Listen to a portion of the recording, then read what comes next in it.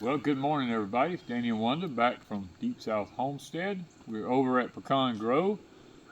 We have actually began the construction of our 24 by 60 high tunnel here. It's taken a lot of dirt work because the land, is not as level as we would have liked to have been. So we've had to do a lot of dirt work in here. And we'd like to thank Chris and Mark for coming and helping me get the poles drove and the bows put up and stuff like that. It's going to take a little time to do. It's not something I'm going to finish really quick because I have lots of other projects going. This was just thrown in the mix because we need to get this started so we can get some food going before next spring. So I have the rest of the winter months in the fall to get this up. So you'll probably just see it in stages. Now, for those of you who are interested in a step-by-step on putting up high tunnels, Wanda will link some videos in the description up here or in the cards so that you can go to them and look. And down in the description, she'll probably put some videos down there also. We got a lot of videos about the construction of the high tunnels because ours are not constructed like the standard high tunnels are. We're in a hurricane zone. I have designed and built greenhouse fronts and stuff for years for different people and stuff in the hurricane zones, and we build ours completely different than just your standard high tunnel or greenhouses because we're in a very high wind area. So if you're interested in that, you can check out these other videos and see what we do, how we do it. And remember, the end walls and a lot of the other stuff does not come from Grower Solutions. Grower Solutions sells the actual greenhouse or high tunnel kit. We do all the rest ourselves. Now, Grower Solution had a sale, a Black Friday sale, if you want to call it that started November the 3rd. It goes all the way through the 1st of December. If you're interested in a high tunnel, a greenhouse, or anything as a matter of fact during that time, you can actually go there and purchase them during this time, and you can get a discount if you use our code that's called Deep South B, the letter B, and F, the letter F like best friends. If you use that at checkout, then you will get a $100 discount on whatever you're purchasing there now. Also, they have a lot of other incentives going on. I'm not going to go into all these incentives. They'll be in the description down below. There's tremendous savings like free shipping if you spend over $2,500. I mean, there's lots of things that they're offering during this sale. And I think that it's really beneficial during this particular sale time. This is the time, and I would highly advise you to go and do it now rather than trying to wait a year from now or whatever, because guys, the food system's fixing to get really, really critical, and you need a way to raise your own food. Now, they also sell a soil test kit. We did a video here a while back showing you all the different things that they test for. Most soil test places that you send your soil to only does the NPK. Grower Solutions does a ton of other things, and they are really interested in people having very nutrient-dense soil to grow their plants in, and because of that, they have a whole list of things that I mentioned in the last video where we did the soil test kit that they test for in your soil. Now, what we're going to do right now is I'm going to go over to the pots where we've done the soil test kit at, and I'm going to read you the results of the soil that we had in our containers. And if you want to know about that soil, you can go. We have a video showing mixing that, what we put in it, what the ratios. We have all that in a video. You can go check that video out, and I'm going to show you the results from what we done in those containers, and I'm going to show you why container grown stuff can be so good to grow. These are the Savannah Sweet onions that y'all saw me plant from Hoss Tools. Now the two other ones never did really come up. They were old seed that we had for a couple of years, and onion seeds are really only good for a couple of years, so I'm kind of thinking that's probably what happened because they were so old. Then we have, these were bought from Walmart. They were on their last leg. I mean, they were like one of the last trays that Walmart had in there of cabbages, and I told Wanda, I said, probably not going to do anything, but you know what? I'm going to try them to see what they do. And Miss Wanda stuck a few, looks like radishes around them and stuff. But here's another pot that we have them in. But now we are doing the electroculture in there with them. You see that? These come from Mr. Mickey at Hills Mill Homestead. He sells those.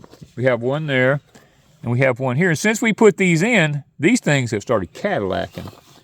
And because the other onions didn't come up, I went back and had a few seeds left of the Savannah Sweets, and I went ahead and put them in this pot, and they have now germinated and are coming up doing really good. These are a couple of the other pots. We have this pot here that was radishes that I planted from Miss Wanda. Now, the birds or something got in here, and boy, they wreaked havoc on this thing, and I finally was able to get that stopped. And Miss Wanda come in here and stuck one of Mr. Mickey's coils in there also, and you notice the plants right around that's doing good. Now you'll notice we have the AgriFab fabric around it here, the frost stuff. They told us on our weather said we were going to have this hard freeze, so we was panicking. I said, okay, let's go throw this stuff out there to kind of protect this. The rest of it wasn't really going to hurt, but this stuff was kind of sensitive to the hard freeze, and we only got like a patchy frost. We didn't really get the hard freeze. So that's what all this is about. Plus, guys, we are being inundated with deer. We are so dry here. There's no water anywhere other than what little water's left in our pond. And all the deer from, I guess, from miles around are coming to get water out of this pond. And while they're up here, they realize there's food growing up here. And they're trying to, you know, I guess you can't blame them, but they're trying to come eat all of our food up. So we're putting stuff like this up too to kind of deter the deer from coming in here and munching all this off. That's why these cages are up here. Now this is the Siberian dwarf kale. It looks, I mean, this stuff is beautiful right here. We could actually probably get a good salad out of it right now. There's also an electroculture right in the middle of that, stuck down in there. And over here we have two more cabbages. And while we were in Walmart, when I was picking up the cabbages the other day, they had a rosemary. Now, we don't have a rosemary over here, and they say that rosemary deters deer. So we thought maybe we'd just get one in a little pot and stick it in here and just as another preventative. And these two cabbages are doing fairly well. And this is my 65-gallon container of the Carota carrots. Now, guys, these things are doing really well. I was going to experiment this year. I've never really grown carrots in containers. And this was a really large container because I have several of them from where big trees, you buy them from a nursery and big trees come in these. I always save them. And I told Wanda, I said, you know, it's big. It's pretty deep. It's like 18, 20 inches deep. I said, we could grow a carrot in that, I believe. So we're going to try the carrots in there. And if it works, then it means that we can do a lot of these full of carrots. And you know what? At our age, we ain't got to be down on our knees working on something. We can just come right here. I can sit in a chair. I can work on this. It's really easy for me. These are our butter peas. Now, it did get cold enough with the patchy frost. You know, it kind of got the edges of the leaves and stuff like that. You know, it kind of got them there. But they were blooming like crazy and full of beans. Look at these beans up here. They had beans all over them everywhere. And I told Wanda, I said, these are warm weather stuff. They're not even supposed to be growing this time of the year. But we were experimenting to see if these tubs would actually, you know, if they had any grazon or anything in them, and the manure and all didn't. And then we have our Meyer lemon tree right here next to it. Look at the lemons hanging on this thing. Miss Wanda's got them propped up over in here where they won't break the limbs. They are starting to turn. This tub is doing really, really good. We put the same soil mix in with that. And then we have one more of our little lemon trees down here. And it's a young tree. It doesn't have any fruit on it yet or anything. And it's done really well with the mixtures that we've added to it. Okay, so here we are. We have the results from our soil test from Grower Solutions here. Okay, this, you know, once we did it, it came through an email in like 6 or 7 days. And now we'll get the one in the mail here in the next few days, I'm pretty sure. But what I want to do is I want to read off to y'all the results of the soil test. Now, what I like about this is they have the nutrient, my results, the optimal range for these nutrients, and then it has the rating, whether it's low, high, optimal, whatever. Okay, the pH for these. Now, we knew the pH was not going to be the best in the world because it was just manure. There was cow manure, rabbit manure, and soil off our property, and some Schultz potting soil mixed in with it. The results was it was 5.26 was the pH of this soil. Now the optimal range we know is between like 6 and 7. That's really the optimal range for growing most vegetables, is between 6 and 7, the pH. Now I will say something, that means mine's low. It means I'm gonna have to add some lime in here with it, just a little bit to bring it up, or some wood ash. Total nitrogen. Now, when I use the word total nitrogen, nitrogen is broken down into a couple of different categories, and luckily, Grower Solutions test breaks it down for you. The total nitrogen on mine, my results was 80.95. Okay, the optimal range for that is 32 to 60. So my nitrogen content is pretty high, which means I'm okay. Because, and I also use blood meal in this. I use organic blood meal in this also. And that's probably where I'm getting my high nitrogen from. Like I told you guys, anytime you use anything organic, you only get about 8% up front. And then over the next weeks and months, it begins to break down, and you really get the best benefit later in the growing season. Now, the nitrate part of it was 53.43. The ammonium part of it was 27.51. So that lets me know that I need to back off the nitrates just a little bit, because the nitrates were a little bit high in it than what they should be. There is no optimal high or low or anything like that on nitrates or ammonium. That's just the breakdown of the nitrate, the total nitrogen. Now, the phosphorus. This is what blew my mind, and I know where it comes from.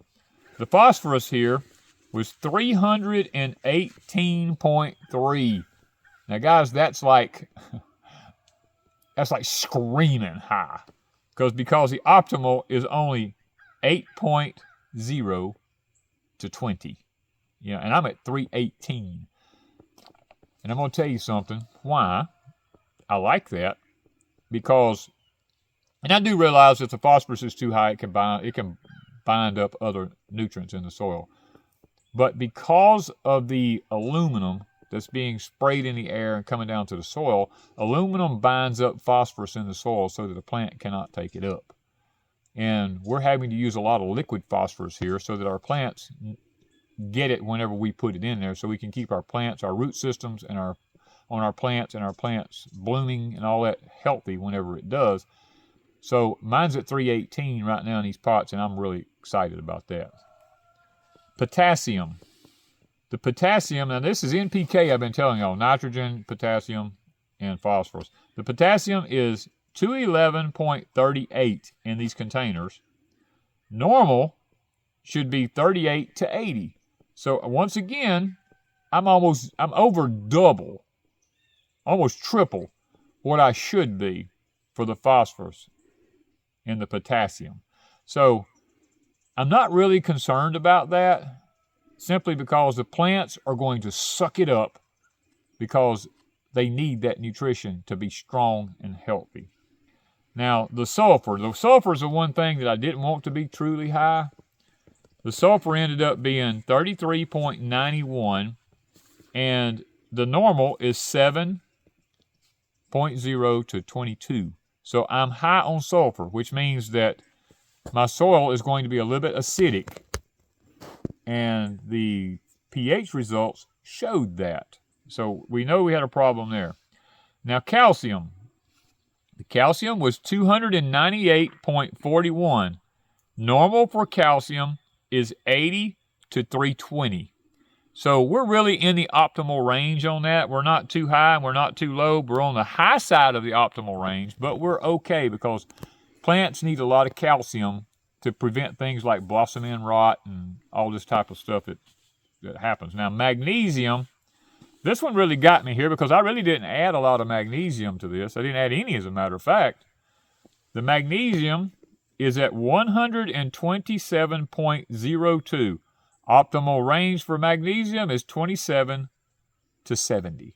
So I am almost double what I need for magnesium. And the reason people have a lot of heart problems and muscle problems and mental stability and all that kind of stuff today is because our soil has been depleted of the magnesium. And you can add magnesium back through Epsom salt if you need to do that. Sodium. The sodium in this was 19.52. The optimal range is 0.05 to 30. So I'm really in the optimal range on that, which is a little higher than what I want now, I'm going to tell you, because I don't need that much salt in my soil. And I think the salt came from the rabbit feed, because a lot of the rabbit feed has a lot of salt in it, and the rabbit manure is probably where I got the high salt reading, or the sodium reading. Iron. The iron in ours was 2.22. The optimal range is 3 to 10. So I'm low on iron, which tells me I need to add some iron back into my containers here. Manganese. Manganese was 14.11. Optimal range is 4 to 10. So I'm on the high side for manganese, which I'm not concerned about that because I need the manganese for my plants. Zinc. Zinc was 1.54. The optimal range is 0.01 to 0.025. So I'm high in zinc, which that doesn't bother me because zinc kills bacteria and kills viruses. It kills all that kind of stuff. So I'm excited that my zinc is a little bit on the high side. Copper was 0.1 is what we have. The optimal range is 0.06 to 0.3. We're really optimal on that. It's almost perfect for the copper. The boron was 0.03.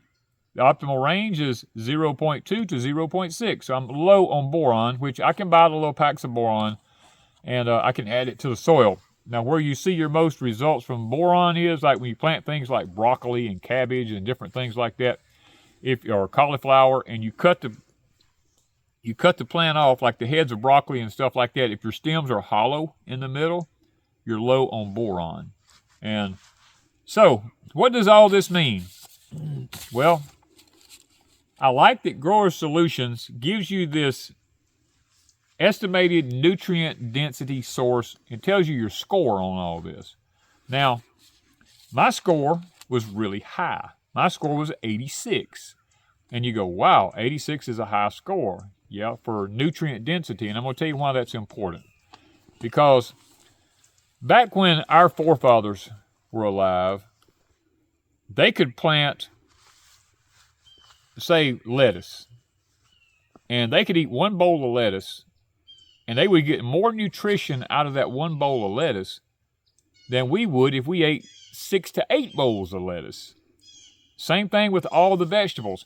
They could eat a meal of squash or a meal of tomatoes and stuff like this, and their whole nutritional diet would be met with that one meal. We would have to eat, in the present day world today, would have to eat probably 10 to 15 different meals to get what they got in one meal. And the results of that is our soil has become nutrient depleted because we've not really added anything back to it.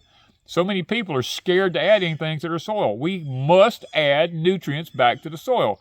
Nutrient-dense plants does a lot of things. First of all, it creates good health in us. Nutrient-dense soil creates good health in plants. Plants that are nutrient-dense have less problem with viruses, have less problem with health issues, and they put more nutrition back into the plant that our bodies can utilize, and therefore when they utilize that, our health increases.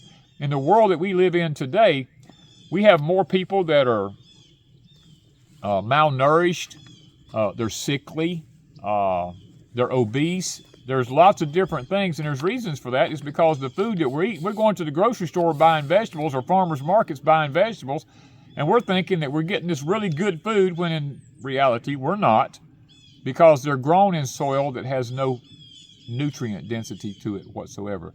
All the people are doing is throwing NPK into it, and they're not thinking about all these other things that I read off to you about the minerals that need to be added into that soil also in order for the plants to be very healthy.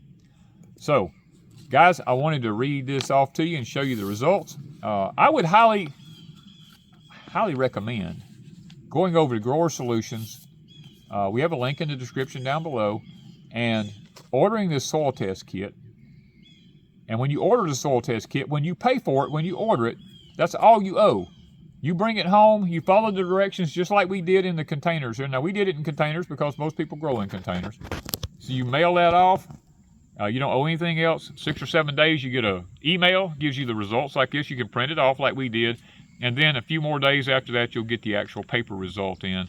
And you can keep it in your files to let you know from year to year how your containers are doing. So, guys, I hope this has been a blessing to you, and I hope that you have I hope it encourages you to go get you a soil test kit from Grower Solution. Get you a high tone, get you a greenhouse, get you some way to grow something. Grow some food.